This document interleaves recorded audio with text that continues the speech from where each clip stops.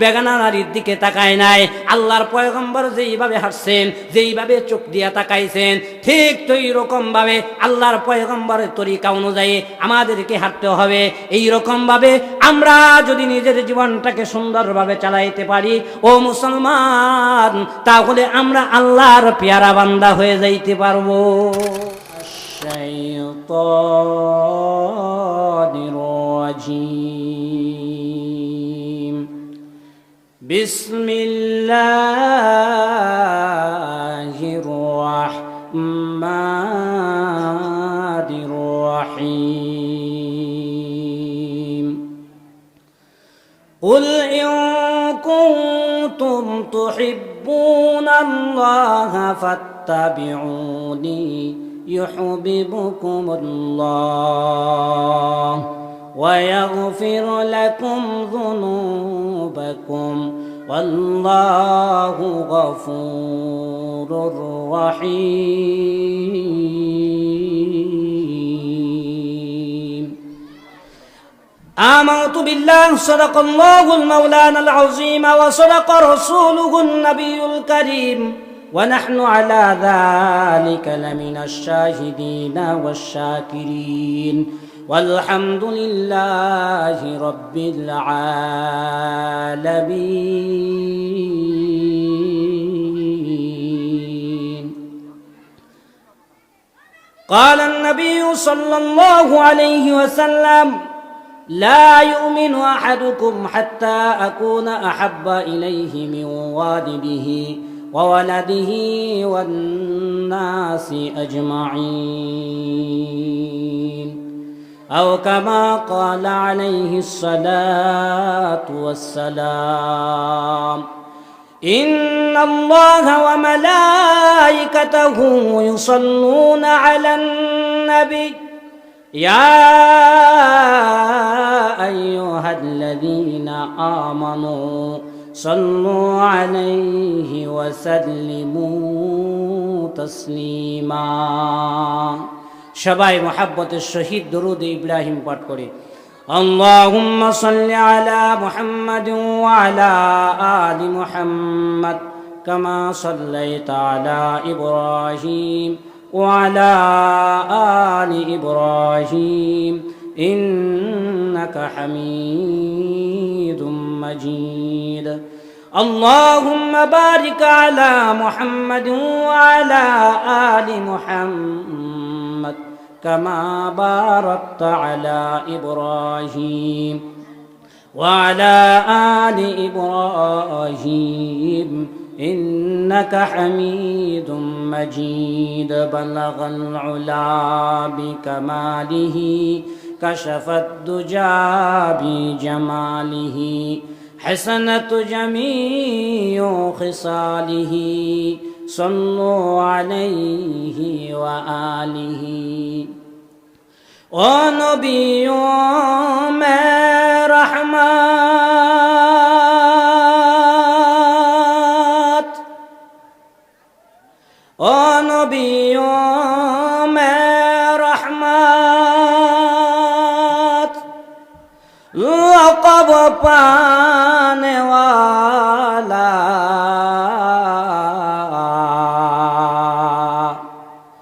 मुराद गरीबों की बरलाने वाला बलगल उला बिकमालिही कशफत दुजा बिजमालिही हसनत जमीउ खिसालिही सल्लु अलैहि व आलिही. रुखसार से बुरका के जरा पर्दा उठा दो, रुखसार से बुरका के जरा पर्दा उठा दो. लिल्लाहि मुझे हुस्न खुदा दाद दिखा दो, लिल्लाहि मुझे हुस्न खुदा दाद दिखा दो. आए बहर करम सदक़े हुसैन इब्ने अली का, ऐ बाहर करम सदक़े हुसैन बने अली का पियासा हूँ मुझे शरबत दीदार पिला दो पियासा हूँ मुझे शरबत दीदार पिला दो मैं दूर हूँ मजबूर हूँ ऐ सैयद आलम मैं दूर हूँ मजबूर हूँ ऐ सैयद आलम दीदार दिखाते नहीं आवाज सुना दो दीदार दिखाते नहीं आवाज सुना दो अल्हम्दुलिल्लाह अल्लाह सुब्हानाहु व तआला दरबारे लाखों कोटी शुक्रिया जे महान रब्बुल आलमीन আমাদেরকে আজকে এই পশ্চিম খাকুড়িয়া বাইতুস সালাহ জামে মসজিদে 2 দিনব্যাপী ইসলামী মহাসম্মেলনের প্রথম দিনের আজকের এই শেষ অধিবেশনে আল্লাহ সুবহানাহু ওয়া তাআলা আমাদেরকে আসার এবং বসার জন্য সুযোগ তৈরি করে দিলেন। আমার আপনার মতো হাজারো মানুষ আজকে তারা বিছানায় অসুস্থতায় কাতর হয়ে পড়ে আছে, কেউ বা রাস্তায় ঘোরাফেরা করতেছে, দিনই মজলিসে আসার এবং বসার সুযোগ হয় না। এই যে আল্লাহ সুবহানাহু ওয়া তাআলা হাজারো মানুষের মধ্য থেকে ছাঁটাই বাছাই করে গালিসুর রহমান দিনী মাহফিলে আসার এবং বসার জন্য সুযোগ তৈরি করে দিলেন। এই জন্য আমরা খুশি না বেজার? কারা কারা খুশি একটু হাত উঠায় দেখা। লিল্লাহে তাকবীর, লিল্লাহে তাকবীর। আল্লাহ তোমার এই বান্দারা আজকে দিনী মাহফিলে বসায় তারা খুশি হয়েছে, রাজি হয়েছে। আল্লাহ তুমি তাদের এই রাজি এবং খুশিকে তুমি কবুল আর মঞ্জুর করে নাও। আরো জোরে বলেন আমিন। আল্লাহ আরো বেশি বেশি করে এই খাকুড়িয়া গ্রামে মানুষদেরকে দিনী কাজে মশগুল হওয়ার জন্য তৌফিক দান করে দাও।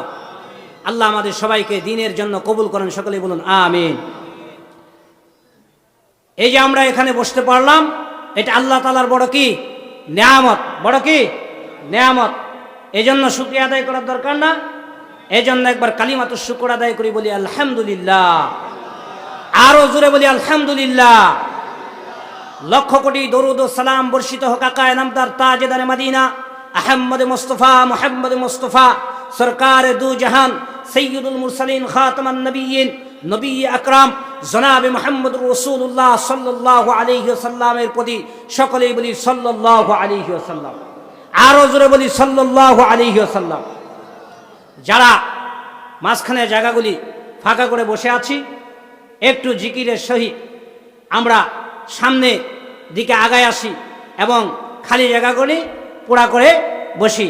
আমাদের সম্মানিত এই ভাই উনি আমাদেরকে বলেছেন যে 3 জায়গায় ফাঁকা রাখতে নাই, 3 জায়গা ফাঁকা রাখতে নাই, একটা জায়গা বলে নাই, একটা জায়গা পরে বলে দিতে চাইছে।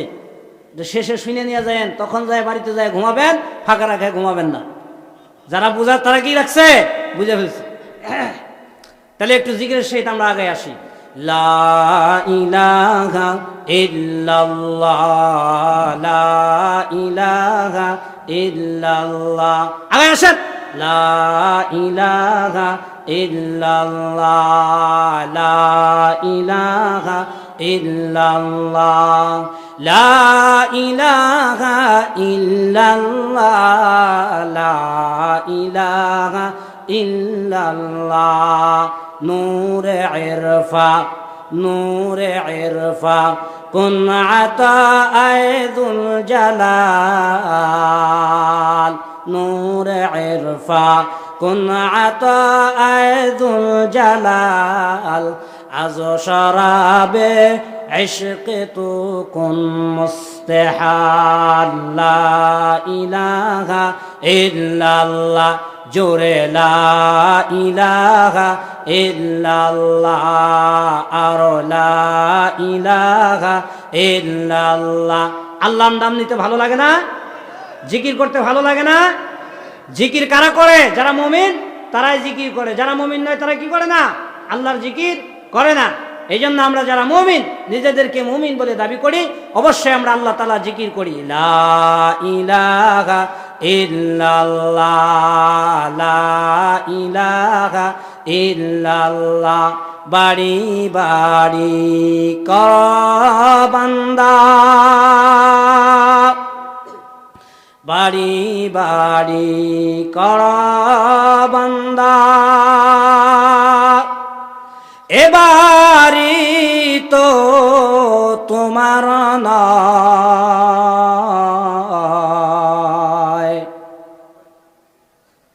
আসল বাড়ি কবর মাঝে, সেটাই কিন্তু সত্যি হয়। লা ইলাহা ইল্লাল্লাহ, জোরে লা ইলাহা ইল্লাল্লাহ, লা ইলাহা ইল্লাল্লাহ, লা ইলাহা ইল্লাল্লাহু মুহাম্মাদুর রাসূলুল্লাহ। সবাই বলি সাল্লাল্লাহু আলাইহি ওয়াসাল্লাম। আরো জোরে বলি সাল্লাল্লাহু আলাইহি ওয়াসাল্লাম। সম্মানিত প্রিয় মুসলিম দিনী ভাই,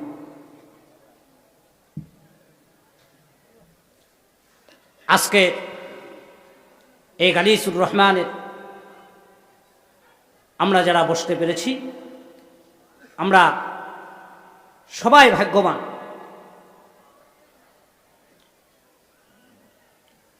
যারা দিনী মাহফিলে আসতে পারে, এটা কপালের ব্যাপার। এটা কিসের ব্যাপার? কপালের ব্যাপার। সবাইরে দ্বারায় আল্লাহ তাআলা দিনী কাজ করায় না। সবাইকে দ্বারা কি করায় না? দিনী কাজ করায় না। সবাইকে আল্লাহ তাআলা দিনী মজলিসে নিয়ে যায় না। বাঁশের ঝাড় আছে না, বাঁশের ঝাড়? সব বাঁশই কি মসজিদের খুঁটি হয়? সব বাঁশ মসজিদের খুঁটি হইতে পারে? মসজিদের খুঁটি হইতে পারে না। কিছু বাঁশ আছে টয়লেটের খুঁটি হয়, কিছু বাঁশ আছে ঘরের খুঁটি হয়, কিছু বাঁশ আছে যে বাঁশগুলি কি হয় গোয়ালঘরের খুঁটি হয়, কিছু বাঁশ আছে মসজিদের কাজে লাগে, কিছু বাঁশ আছে কিসের কাজে লাগে? মসজিদের কাজে লাগে। পৃথিবীর মধ্যে ভিতরে লক্ষ লক্ষ কোটি কোটি মানুষ আছে, সব মানুষ দ্বারাই আল্লাহ তাআলা দ্বীনের কাজ করায় না। সব মানুষের দ্বারাই কি করায় না? আল্লাহ দ্বীনের কাজে করায় না। সবাই দ্বারা নামাজ পড়ায় না, সবাই মসজিদে আসতে পারে না, সবাই দ্বীনি মজলিসে আসতে পারে না। যাদেরকে আল্লাহ তাআলা মুহাব্বত করেন, ভালোবাসেন, তাদের দ্বারাই আল্লাহ তাআলা দ্বীনের কাজ করায়।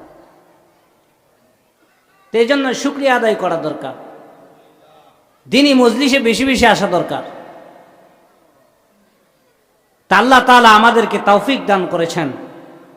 এই জন্য অন্তরের অন্তঃস্থ থেকে কালিমাতুশ শুকর আদায় করি আবারও আলহামদুলিল্লাহ। সম্মানিত সুধী, আজকের আমার আলোচ্য বিষয় হলো আল্লাহ পাওয়ার পথ। আল্লাহ পাওয়ার পথ রাসূল সাল্লাল্লাহু আলাইহি ওয়াসাল্লামের অনুসরণ। আল্লাহ পাওয়ার পথ কি? রাসূল সাল্লাল্লাহু আলাইহি ওয়াসাল্লামের অনুসরণ, রাসূলকে ভালোবাসা। কেউ যদি আল্লাহকে পেতে চায়, আল্লাহকে ভালোবাসতে চায়, তাহলে আল্লাহর নবী জনাবে মুহাম্মদুর রাসূলুল্লাহ সাল্লাল্লাহু আলাইহি ওয়াসাল্লামকে ভালোবাসতে হবে, মহব্বত করতে হবে, তার অনুসরণ অনুকরণ করতে হবে। তাহলে আল্লাহর ভালোবাসা পেতে চাইলে কার অনুসরণ করা লাগবে?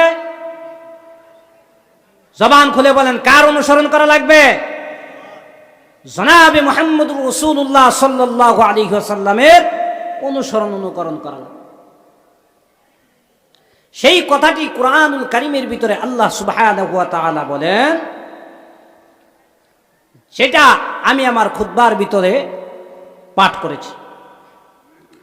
সবাই মনোযোগ দিয়ে শোনার চেষ্টা করবেন, তাহলে আলোচনা বুঝতে সহজ হবে।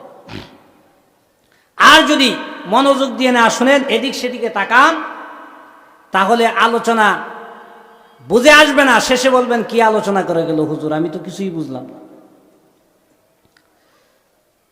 তো এই জন্য যতক্ষণ আলোচনা হবে মনোযোগের সহিত আলোচনা শ্রবণ করতে হবে। মনোযোগ আসে তো ইনশাল্লাহ? এদিকে তাকায় থাকবেন তো, ডানে বামে তাকানোর কোনো প্রয়োজন নাই, মনোযোগের সহিত শুনেন। আল্লাহ তাআলা বলেন, বিসমিল্লাহির রহমানির রহিম, قل إن كنتم تحبون الله فاتبعوني يحببكم الله ويغفر لكم ذنوبكم والله غفور رحيم। আল্লাহ সুবহানাহু ওয়া তাআলা তার প্রিয় হাবিব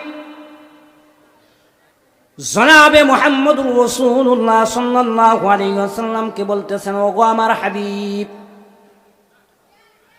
কুল, আপনি বুনিয়াদিন দুনিয়ার বাসীদেরকে জানায় দিন, আমার যত বান্দা আছে তাদেরকে জানায় দিন,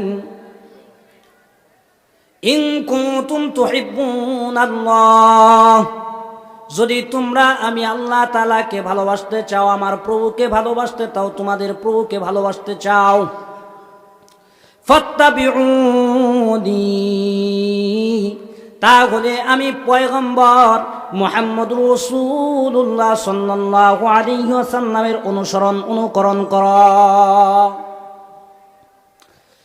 যদি তোমরা আমি মুহাম্মদুর রাসূলুল্লাহ সাল্লাল্লাহু আলাইহি ওয়াসাল্লামের ইত্তেবা করো, অনুসরণ করো, তাহলে কি হবে? ইউহিব্বুকুমুল্লাহ, আল্লাহ তাআলা তোমাদেরকে ভালোবাসবেন, তোমাদেরকে আল্লাহ তাআলা ভালোবাসা কি করবেন? ওয়ায়াগফির লাকুম যুনুবাকুম, আল্লাহ তাআলা তোমাদের জীবনের জিন্দেগীর সমস্ত গুনাহ খাতাগুলিকে মাফ করে দিবেন। আরো জোরে বলেন সুবহানাল্লাহ। তাহলে আল্লাহ তাআলাকে যদি কেউ ভালোবাসতে চায়, যদি কোন বান্দা আল্লাহ তাআলার ভালোবাসার দাবি করে, ওই বান্দাকে আল্লাহর পয়গম্বরের অনুসরণ করতে হবে। কার অনুসরণ? আরো জোরে বলেন, কার অনুসরণ করতে হবে? আল্লাহর পয়গম্বর মুহাম্মদুর রাসূলুল্লাহ সাল্লাল্লাহু আলাইহি ওয়াসাল্লামের অনুসরণ করতে হবে। আল্লাহর পয়গম্বর যেই রকম ভাবে নিজের জীবনকে সাজাইছেন, ওই রকম ভাবে বান্দা তার জীবনকে সাজাইবে।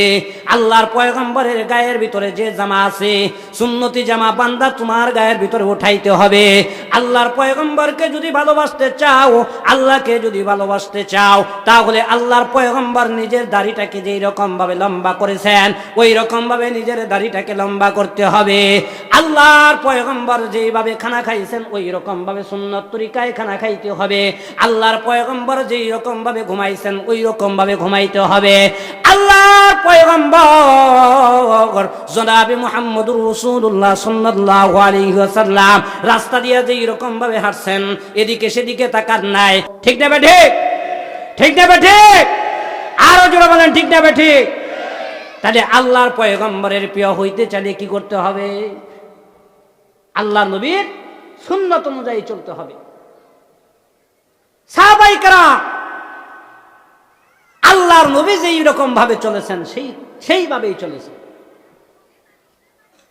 সাহাবায়ে কেরাম আল্লাহর নবীকে কতটুকু ভালোবাসে,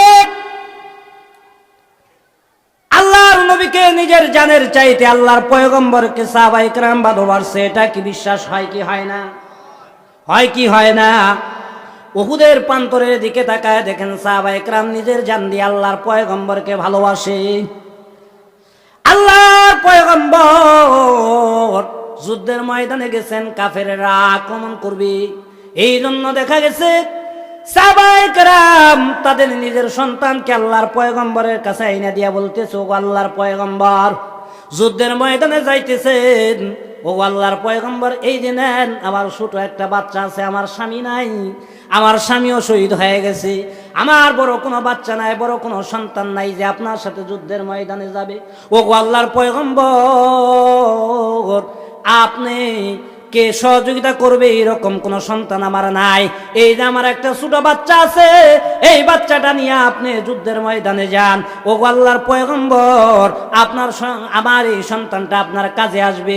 আল্লাহর পয়গম্বর সাহাবায়ে কেরামকে জিজ্ঞাসা করলেন, ও গো আমার সাহাবারা, এই ছোট মাসুম বাচ্চা এটা তারা যুদ্ধের ময়দানে কি কাজ করবে? এই সন্তান তো যুদ্ধের ময়দানে কোনো তলোয়ার ধরতে পারবে না, এই সন্তান তো তীর নিক্ষেপ করতে পারবে না, তাহলে এই সন্তান দেয়া যুদ্ধের ময়দানে কি কাজ হবে?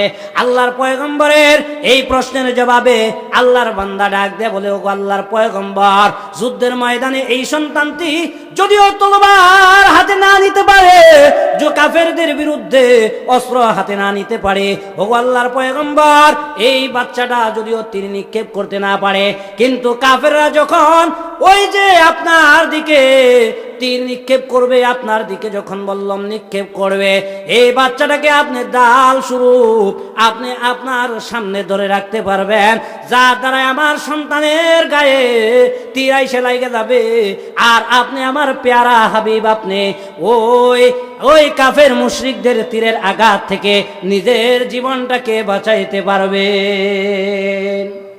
তাইলে সাহাবায়ে কেরাম নিজের কলিজা দিয়া আল্লাহর নবীকে মুহাব্বত করতেন।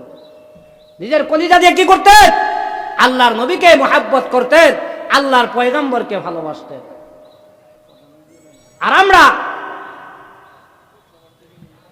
আমরা রাসূলের সুন্নাত তরিকা অনুযায়ী চলবো, এটাও আমরা চলতে পারি না।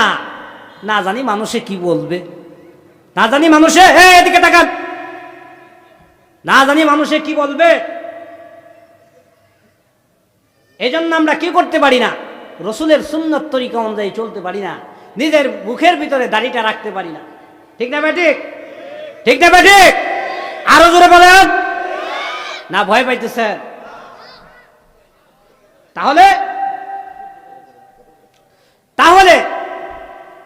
এই যে আল্লাহর নবীর একটা সুন্নাত, আল্লাহর নবী বলতেছেন, قال النبي صلى الله عليه وسلم خالفوا المشركين وفروا اللحى واحفوا الشوارب। ও আমার উম্মতেরা তোমরা শোনো, তোমরা কাফের মুশরিকদের বিরুদ্ধে আচরণ করো। তারা যেরকম ভাবে দাড়িকে চাইছে ফেলে, দাড়িকে ছোট করে, তোমরা কি করবা? তোমরা তোমাদের দাড়িকে লম্বা করবা। আর কাফের মুশরিকরা যেই রকম ভাবে খাটো করে, ওই রকম ভাবে তোমরা খাটো করবা না।